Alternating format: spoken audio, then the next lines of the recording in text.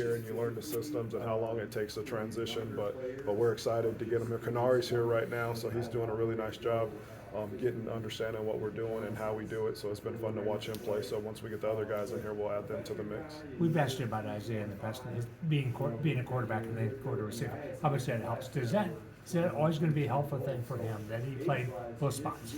I think in the big picture, it will, just from the timing and understanding where the quarterback's trying to get the ball in different coverages and stuff like that. So I always think guys who play quarterback see the game a little bit differently, so it helps them as they go to different positions. Did you see that improvement last year from him that you kind of expected or hoped for?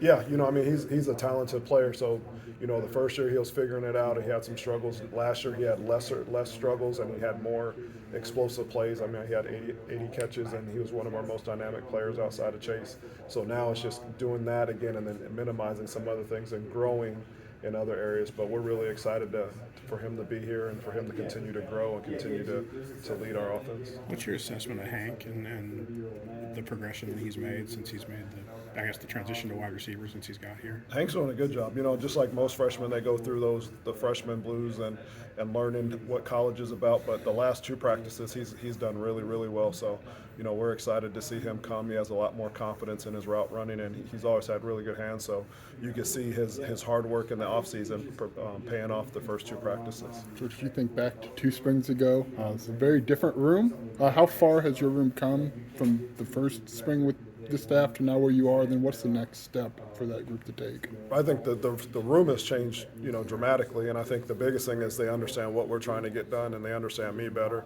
I think the biggest thing that we're trying to do is score more touchdowns. So I think as groups, we're trying to be more explosive, get more yards after the catch, and usually in year 3, where I've been at, like the third year, we really figure each other out, and we figure out the offense, and we figure how we fit and how we play off of each other. So I'm really excited. The first practice, they showed a lot of maturity in handling some of the things the defense brought to us. So I see that, and like I said, the 3 guys that played a lot of football, so now they're really honing in on their skill sets as opposed to learning how to do things. They're really trying to be really, really sharp with their skills and the things that they're doing as route runners and pass catchers. How's Sean? We saw him still in a green on Tuesday. Yep. How's he coming along, and is that still just recovering from last year, or did something new happen? No, Sean's doing good. I think we're just really trying to be cautious with him and bring him on at his own pace. I mean, he's jumping in the drills that he doesn't need to be in. So he's fully recovered. We just want to make sure that we do a good job with him of just making sure that he fully heals before we put him out there and let him go live, just to make sure we get him to the summer and get him to the fall as strong and as healthy. But he's done a great job attacking his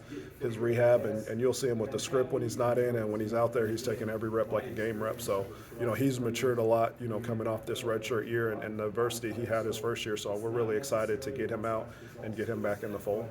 So playing guys like Ashton and Canari, what do you like about them, and what can they maybe kind of add quickly this year? They're competitive. They have good speed.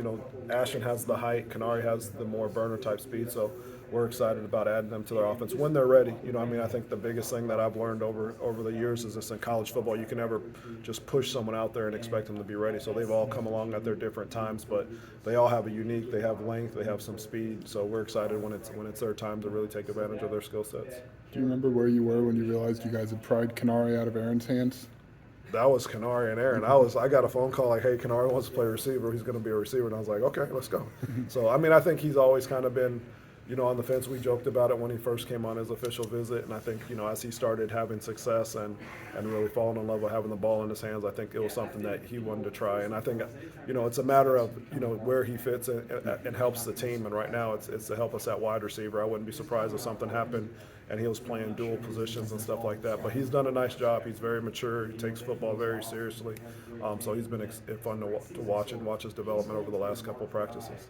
You got a couple of new coaches on each side of the ball. How's the transition there? I assume it's pretty easy, but tell me what goes into that when you have 2 new guys. It's been good. They come in with different perspectives. Obviously, Thad has been here before, so he kind of already knows what the university's about.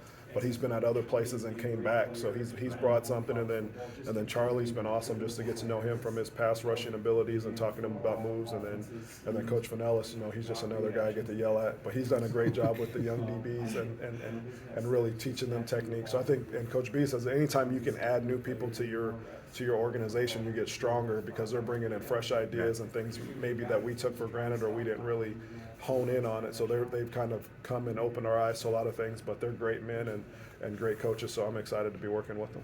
How much were Ashton and Ian able to shape their bodies last year? I know that was kind of a Yep. long-term thing with them. How productive was that for them? They've done a good job. I mean, they're still trying to do it every day, but anytime you go in the weight room with Tank, you're going to come out better unless you're just totally resistant. So he does a great job, and those guys have done a good job. They're so long. Sometimes it's hard to see how they've redefined their bodies, but they both have done a really good job, and they're continuing to try to add the weight on to really be physical players for us. When Isaiah was talking to you this week, just about because he knows the offense better, a lot better now. Just that he can be a little more creative and running routes, getting open. What does that look like? I mean, how is a wide receiver creative in that way? It's just like an artist, I mean, he runs a route and he might use a double step, or he might pause at the top of his release. So the biggest thing as you grow and you understand what is expected of you on the route, now you have the freedom to express yourself or your natural ability. So I kind of just, hey, this is what we're trying to get done on this route. You got 10 to 12 yards to figure it out, and then he'll go out there and make it come to life. So it's been fun watching him. It's one of those things you can't really teach. They just get a feel for the play and the timing and where the quarterback goes, and then they use their natural ability to create separation. So you see